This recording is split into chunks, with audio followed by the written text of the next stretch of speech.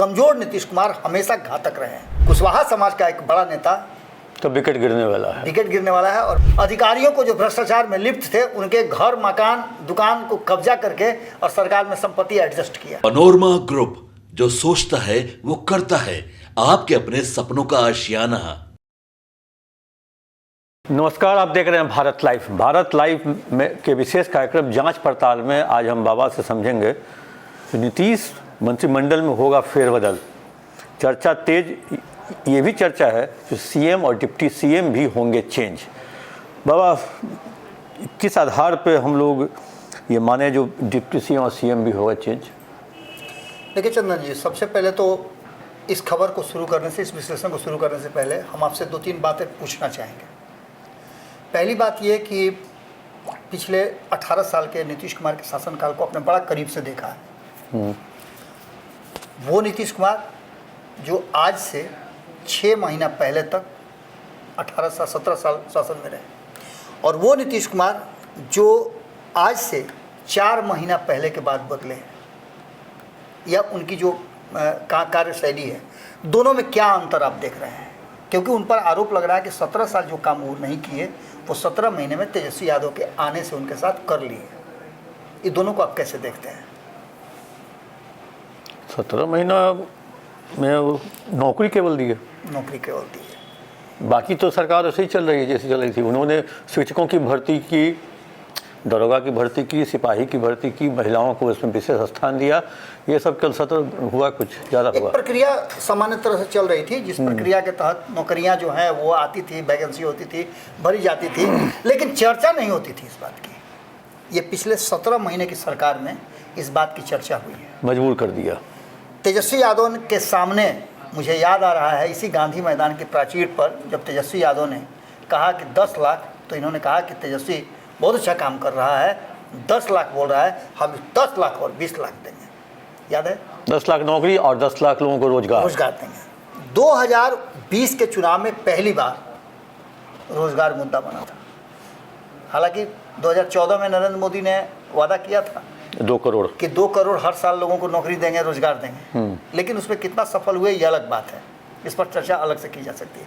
लेकिन जब बिहार के परिप्रेक्ष्य में जो चर्चा करते हैं तो एक बार फिर से नीतीश कुमार उस बेचैनी में है कि तेजस्वी यादव के उस बयान को कैसे तोपा जाए। कभी कभी आप देखते हैं ना कि कोई चीज़ अगर ऐसा है जो आपको नहीं पसंद है तो उसको ढक देता है, तो उसको ढक देता है लोग, रद्दी कागज से, कपड़ा से। नीतीश कुमार लगातार उसको ढकने के लिए 2-3 चीज़ें अपना रहे हैं। पहला, तेजस्वी यादव के व्यक्तिगत जीवन पर हमला।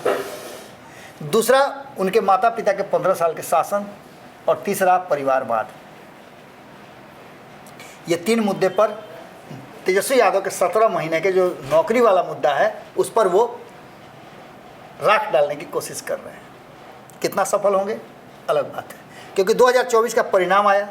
उस परिणाम में दावे चाहे जो भी कर ले, लेकिन एक बात तो साफ नज़र आ रहा है ना कि आप 10 को सीट हारे हैं, 1 को हटा दीजिए, आप पहले भी हारे थे, 9 को हारे हैं ना, कमज़ोर हुए हैं ना।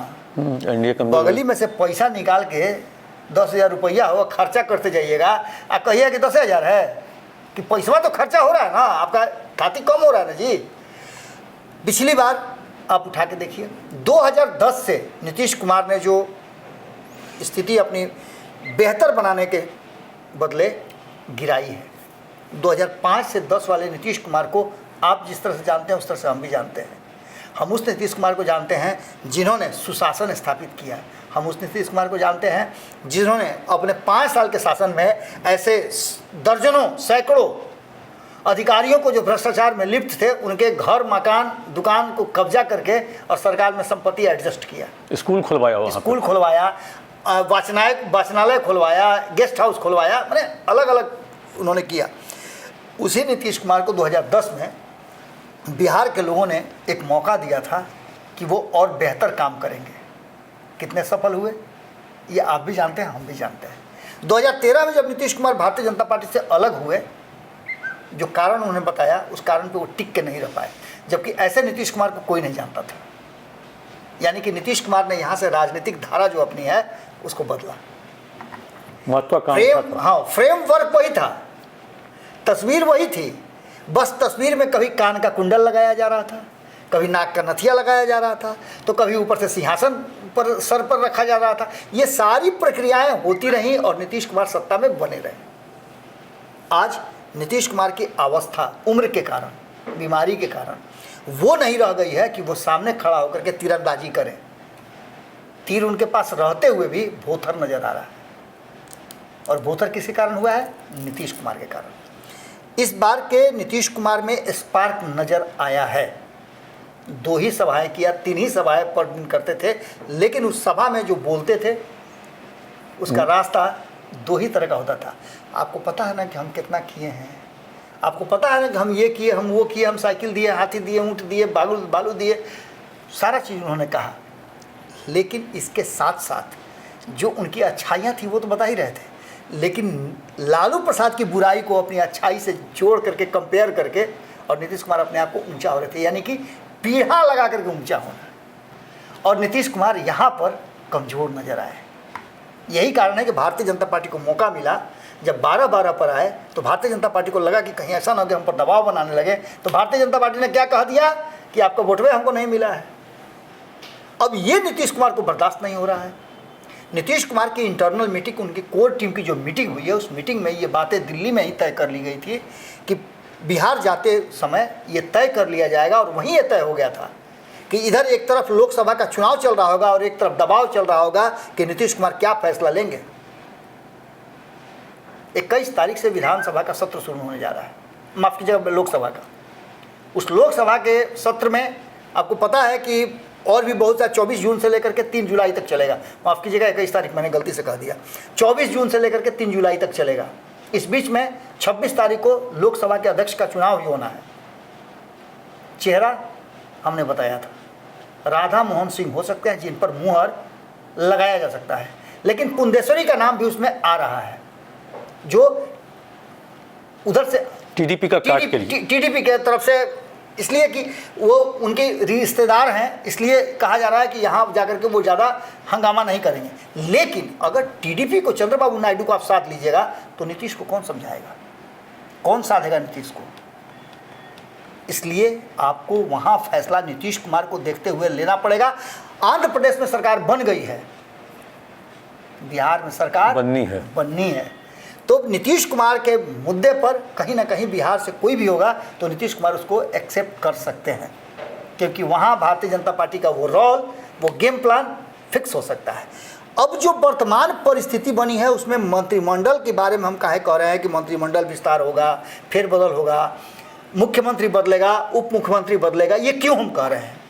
ये बातें वहाँ से घूम करके आई है जहाँ नीतीश कुमार, कमज़ोर नीतीश कुमार, जब 12 मार्च को बहुमत साबित कर रहे थे तो वो कॉन्फिडेंस में नहीं थे कि वो बहुमत साबित कर लेंगे या नहीं करेंगे, क्योंकि भारतीय जनता पार्टी पर रिस्क था कि वो बहुमत साबित होने देगी, नहीं होने देगी, या कैसे कराएगी।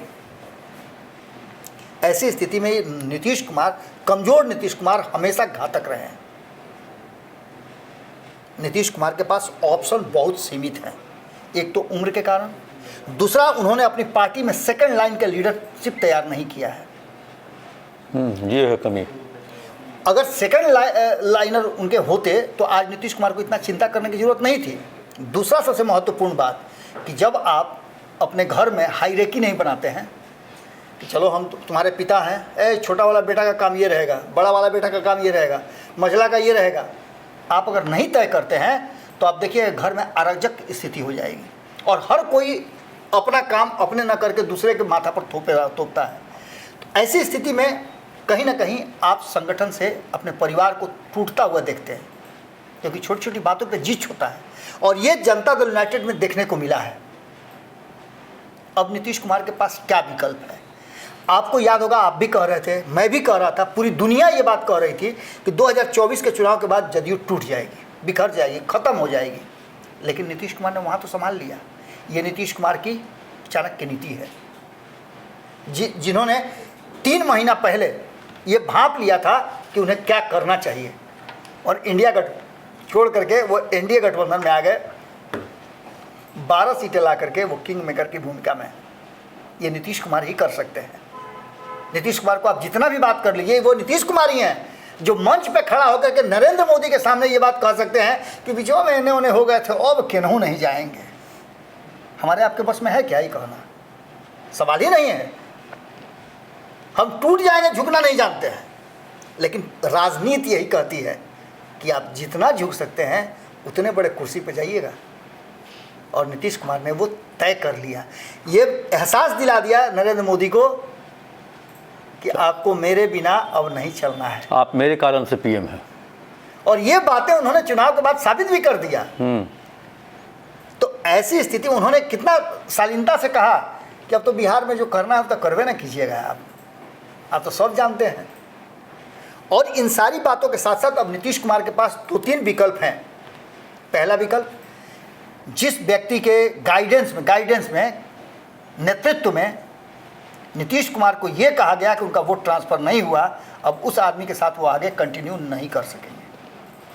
अगर करते हैं तो ये मान के चलिए कि 20 पीने। ऐसी स्थिति में एक बात तो तय है कि बिहार में परिवर्तन होगा। जिन लोगों को एडजस्ट नहीं किया गया, एडजस्ट करना होगा। कई जातियों को आप देखे होंगे कि वहाँ नई जगह मिली है, तो उसको कैसे एडजस्ट करेंगे, वो भी एक बड़ा मुद्दा है। ये सारी समीकरण, सारी चीज़ें कहीं ना कहीं, एक तरफ नरेंद्र मोदी जब उधर लोकसभा का सदन चला रहे होंगे, इधर नीतीश कुमार 29 तारीख को जब फैसला कर रहे होंगे तो ये तय कर रहे होंगे, और जब जब ऐसा फैसला हुआ है तब नीतीश कुमार ने कोई बड़ा खेल खेला है, और वो खेल राजनीतिक उथल पुथल के रूप में ही देखने को मिला है। एक बार फिर से मौका उस जगह पर आकर के, कहीं देवेश चंद्र ठाकुर का बयान कहें तो हमको लगता है कोई बवाल कर सकता है क्या? सम्राट चौधरी पर गाज गिर सकती है क्या? ये एक बात समझ लीजिए आप कि ये बयान पूरी तरह से सुनियोजित तरीके से बोला गया है। इस बयान को हल्के आदमी नहीं है देवेश चंद्र ठाकुर।